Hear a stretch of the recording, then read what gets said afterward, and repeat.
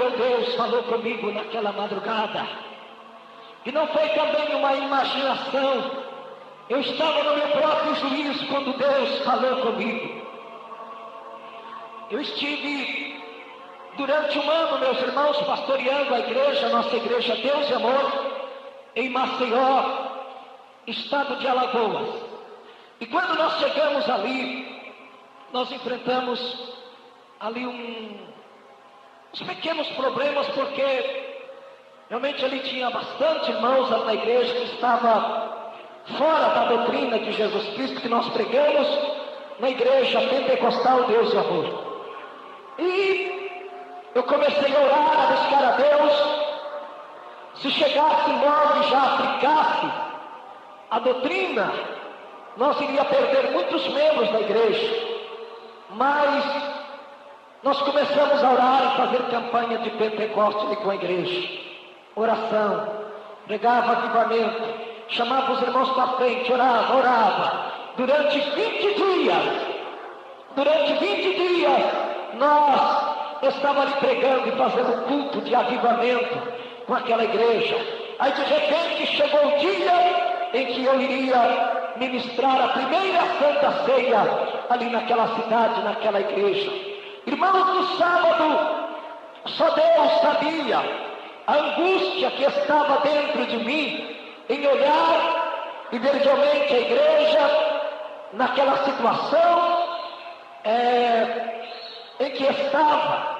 Ali estava um obreiro que não preocupava com a doutrina, e nem fica na igreja Deus e Amor, né, meus irmãos? Aquele obreiro que não prega a doutrina, está entendendo? Foi logo que ele saiu fora, está entendendo? Porque a igreja Deus e Amor é a igreja de salvação, uma igreja que nós preocupamos em ver os membros desta igreja salvos, entrar no céu com Jesus Cristo. E começamos então no dia de sábado. Cheguei de manhã cedo na igreja e subi para o escritório, tranquei a porta e entrei na presença de Deus naquele dia. Passei o dia todo em oração naquele dia, na presença de Deus, chorando, a angústia era muita. Irmãos, então chegou no domingo de manhã cedo, seria a primeira ceia. Eu entrei para o escritório e ajoelhei e orei e falei com Deus: Senhor, hoje eu vou falar a verdade para esse povo aqui hoje. Aconteça o que acontecer, mas hoje eu vou abrir a Bíblia e vou pregar para esse povo hoje. Doutrina que eles têm que realmente enquadrar na doutrina de Jesus Cristo, porque eles não aprenderam assim. Irmãos, e subi para o altar e comecei a pregar a doutrina. E enquanto eu pregava, eu sentia Jesus do meu lado no altar. Enquanto eu pregava a doutrina. E Deus, meus irmãos, tocava naquele povo de uma maneira tão forte, que aquelas irmãs que estavam com o cinturão assim, arrancava aquele cinturão na hora da mensagem. O cesto de lixo lá do banheiro ficou cheio de cinturão. Está entendendo, meus irmãos? Realmente, Deus trabalhou de uma maneira tremenda. Foi uma ceia maravilhosa, em que aqueles crentes choravam. Realmente sentimos a presença de Jesus ali, porque Jesus, ele ama a sua doutrina. Irmãos, quando foi à noite, seria a última ceia, à noite, de manhã e à noite. E quando foi à noite, eu falei com Deus: Senhor, eu preguei de manhã e o Senhor operou, e o Senhor vai operar à noite de novo. E à noite eu subi e tornei a pregar a doutrina de novo. E da mesma maneira que aconteceu de manhã, Deus operou à noite também. A presença de Jesus era forte. Irmãos, enquanto eu descia e andava nos corredores celebrando a ceia, eu sentia a presença de Jesus, que ele caminhava comigo nos corredores da igreja. Glórias a Deus. A presença de Jesus foi tão forte naquela ceia. Eu terminando a ceia, parece que eu estava flutuando, parece que eu não estava pisando no chão. Eu sentia o meu corpo transpassado pela presença de Jesus. Fui embora para casa. Chegando em casa, banhei e entrei para o quarto. Minha esposa foi preparar a janta, a comida. Eu entrei para o quarto. A minha vontade era de orar mais. A minha vontade era de buscar mais a Deus. Ajoelhei e comecei a orar. Comecei a orar. A minha esposa terminou de arrumar a janta, chegou e disse: a janta está pronta, não vai jantar. Eu disse para ela: eu não quero agora. E continuei aquela oração. Ela deitou, dormiu. E quando foi mais ou menos mais de meia-noite, quase 1h da manhã, eu sentia o meu corpo cansado. Eu parei então a oração e deitei para descansar. Chegou 1h da manhã, eu não conseguia dormir. Chegou 2h da manhã, eu não tinha conseguido dormir ainda nada. Chegou 2h30, também nada. E quando estava aproximando mais ou menos de 2h40 da manhã, quase 3h, eu ouvi uma voz que me chamava. Aquela voz dizia assim para mim: meu servo, levanta e vai orar, meu servo. Eu levantei a minha cabeça, olhei para minha esposa, pensando se ela me chamava para orar. Olhei para ela, ela estava arrematada, estava dormindo, né, meus irmãos? Eu dormia deitado novamente. Deitei. E quando eu deitei, passou um prazinho, aquela voz me chamou de novo. Uma voz meiga, uma voz suave, uma voz poderosa. Aquela voz me chamava assim: meu servo, eu já te disse, meu servo, levanta e vai orar. Glória a Jesus. E naquele momento, irmãos, eu não consegui ficar dormindo. Eu desci da cama e me ajoelhei. Eu não dava conta de pronunciar nenhuma palavra. A glória de Deus, o resplendor da glória de Deus tomava conta daquele quarto ali naquele momento. Glórias a Deus. Ajoelhado no chão, apenas gemia e chorava. Glória a Deus, a presença de Deus, a presença de Jesus era muito forte. A minha esposa acordou com aquele barulho e me pegava para o braço e dizia: o que está acontecendo? Você está sentindo mal? E eu não podia responder nada para ela. O meu corpo estava transpassado. A presença de Deus, a glória de Deus era muito forte. Foi até que ela entendeu que era algo de Deus que estava acontecendo na minha vida. Ela ajoelhou também e foi orar. Irmãos, e de repente aquela voz falava comigo assim: meu servo, esteja atento a tudo quanto eu vou falar contigo e vou te mostrar nesta manhã. Foi a última voz que eu ouvia ali dentro do quarto. E de repente eu contemplava o meu corpo que ficava ali no chão, meus irmãos. Naquele momento eu entrava dentro do escritório da igreja de Maceió, que ficava no 2º andar. Eu entrava dentro do escritório e quando eu olhava para a minha mesa, em cima da minha mesa estava uma corneta de ouro, muito bonita aquela corneta, uma corneta que a gente usa manual, pequenininha, aquela corneta toda de ouro que brilhava, uma coisa mais linda. E quando eu olhei, que eu contemplava aquela corneta, aquela voz falava comigo assim: meu servo, agora tu vai pegar esta corneta e vai convidar o meu povo, porque eu vou fazer uma viagem com a minha igreja. Glória a Deus. Eu falava com aquela voz. Os irmãos moram longe, eles não vão conseguir me ouvir. Essa corneta é muito pequena. Ele disse: pega a corneta, coloca na posição da tua boca e convida o meu povo. Aonde eles estiverem, eu vou fazer eles ouvirem a sua voz. Aonde eles estiverem. Oh, glória a Deus. Irmãos, daí então eu se aproximei da mesa e peguei aquela corneta e coloquei ela aqui na posição da minha boca e comecei a convidar os irmãos. Irmãos, o Senhor está convidando para uma viagem que Ele vai fazer com a igreja. Não pode chegar ninguém atrasado.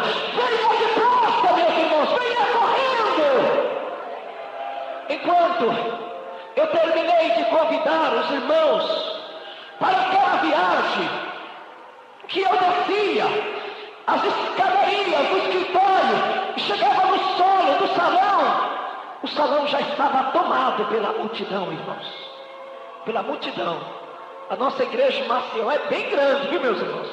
Lá tem uma galeria que só naquela galeria cabe mais ou menos 200 pessoas, só na galeria. É muito grande a igreja. A igreja estava superlotada, tomada da multidão. E no meio daquela multidão já havia chegado também 2 anjos. E aqueles 2 anjos estavam repartindo as vestes brancas para os crentes. Já estava repartindo as vestes brancas.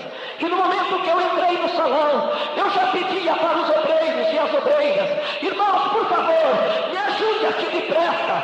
Vamos fazer a fila aqui. Uma fila que começava da frente do altar. Aquela fila que começava, meus irmãos. Aquela fila começava. Me ajude, irmãos, por favor. Pegando aqueles irmãos, aquelas irmãs que já estavam trajando vestes brancas e arrumando, colocando na fila.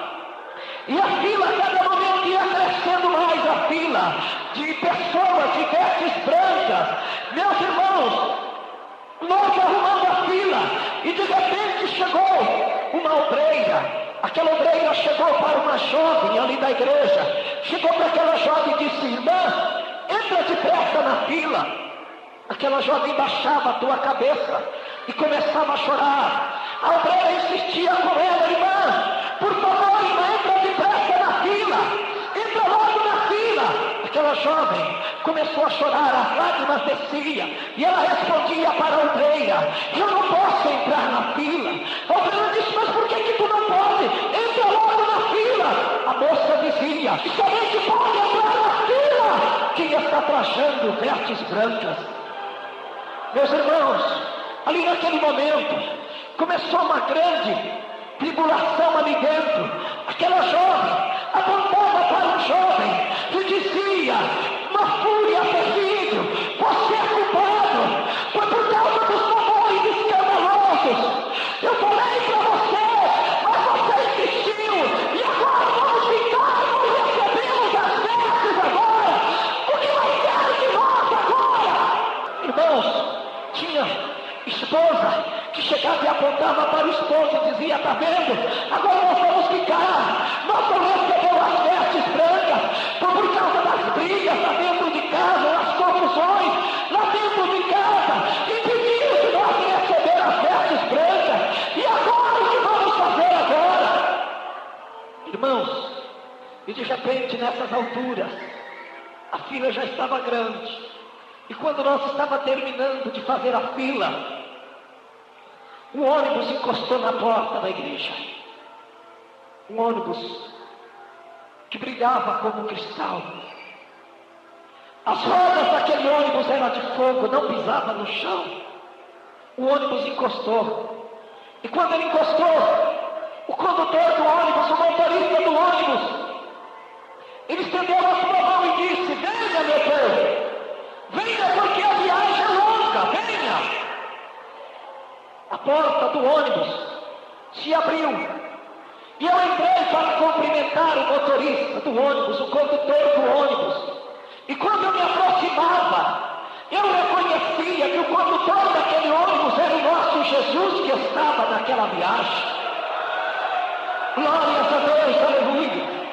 Ele olhou para mim e disse: meu filho, deve estar cansado, está todo suado. Quantas pessoas conseguiram para essa viagem? Eu falei: Senhor, eu consegui tão poucas pessoas para esta viagem. E ele disse: mande que o meu povo entre. E o povo começou a entrar, embarcar para dentro do ônibus. E lá dentro já tinha muita gente que estava em viagem dentro daquele ônibus. E lá dentro eles cantavam um hino, uma canção angelical, com vozes divinais. Não eram vozes humanas que cantavam ali dentro daquele ônibus. Eles cantavam um hino assim: olha, santo, santo, santo, santo é o Senhor. Oh, glória a Deus, aleluia! Santo é o Senhor. E o povo começava a entrar para dentro do ônibus. Um dizia: dizia para o outro: olha, aqui dentro o clima é diferente, olha que maravilha, que alegria aqui dentro. Um dizia para o outro: nós conseguimos, oh, que coisa linda, que alegria aqui dentro. E já entrava naquele coral também, já começava a cantar: santo, santo, santo é o Senhor. Glória a Deus. E o povo nem vai marcando, meus irmãos, nem vai entrando para dentro do ônibus, nem vai entrando, e de repente acabou de entrar, entrou a última pessoa, e o povo que estava lá do lado de fora, que não havia recebido as vestes brancas, porque Deus, Ele não tem compromisso com aquele que não tem compromisso em obedecer a tua palavra. Deus não tem compromisso com aquele que não tem compromisso com Ele, não. Deus não tem compromisso com o crente que é crente pela metade, não. Deus, Ele tem compromisso com aquele que guarda a tua palavra, com aquele que tem compromisso com Ele. Aquele povo estava tranquilo do lado de fora, como se nada estivesse acontecendo, como se fosse uma coisa normal. E de repente, meus irmãos, acaba de entrar a última pessoa. O motorista do ônibus disse: pronto, agora pode fechar a porta. Somente pode entrar os que estão trajando vestes brancas. A porta se fechou. Meu Deus, irmãos, foi a coisa mais triste que eu já vi na minha vida. A coisa mais triste que eu presenciei. O desespero daquele povo. Aquele povo que até então estava tudo tranquilo, normal, como se nada estivesse acontecendo. De repente, quando a porta fechou, o desespero tomou conta daquele povo. Que o motorista do ônibus falou: pronto, só pode entrar os que estão de vestes brancas, e fechou a porta. Irmãos, tinha crente que rolava no chão no meio da rua. Tinha crente que deitava no chão. Tinha crente que se descabelava. Tinha jovem que gritava com vozes alarmantes. Gritava: pelo amor de Deus, o meu pai vai embora, a minha mãe vai embora, pelo amor de Deus, abre a porta, eu não posso ficar, me leva também, eu não posso ficar, a minha mãe vai embora, abre a porta, e a porta fechada. Irmãos, tinha gente que ajoelhava e gritava: por favor, eu não posso ficar, abre a porta, eu não posso ficar. E a porta estava fechada.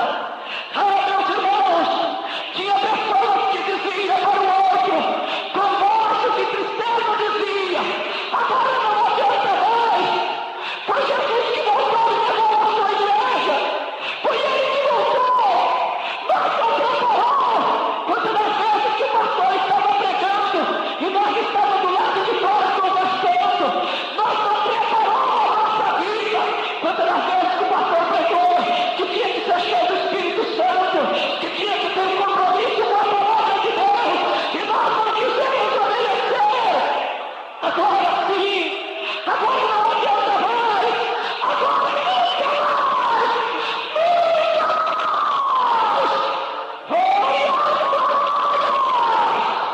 Oh, glória a Deus, oh, glória a Deus.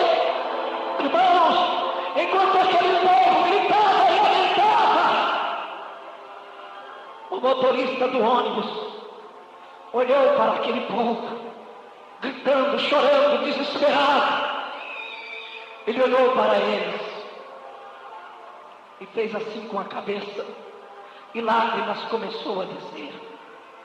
Quando as lágrimas começou a descer, ele começou a falar o quanto eu sofri por ele. Eu dei a minha vida lá na cruz do Calvário. Eu suportei uma coroa de espinho. Eu suportei uma lança que transpassou meu lado. Eu dei a vida por ele lá na cruz do Calvário. E ele não quiser, sem que ele guardar a minha palavra. Não tiveram compromisso comigo. E lá do lado de fora, eles continuavam gritando: por favor, não deixa nós, não abre a porta, eu não posso ficar.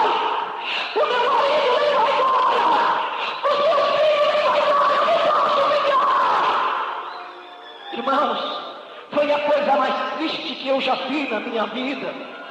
E pela segunda vez, o motorista do ônibus disse: pobres, eles estavam com a minha palavra na sua mão e não quiseram se preparar, não quiseram dar-se por avisado. Pobres, agora vão ter que ficar agora para sofrer agora. Vamos embora, porque a jornada é muito longa para frente ainda. Irmãos, que tristeza! Foi no momento em que aquele ônibus deu a partida que começou a sair. Os gritos alarmantes, o grito da separação, porque ele sabia que era Jesus que tinha voltado. Ele gritava por um amor, e leva também a nosso melhor.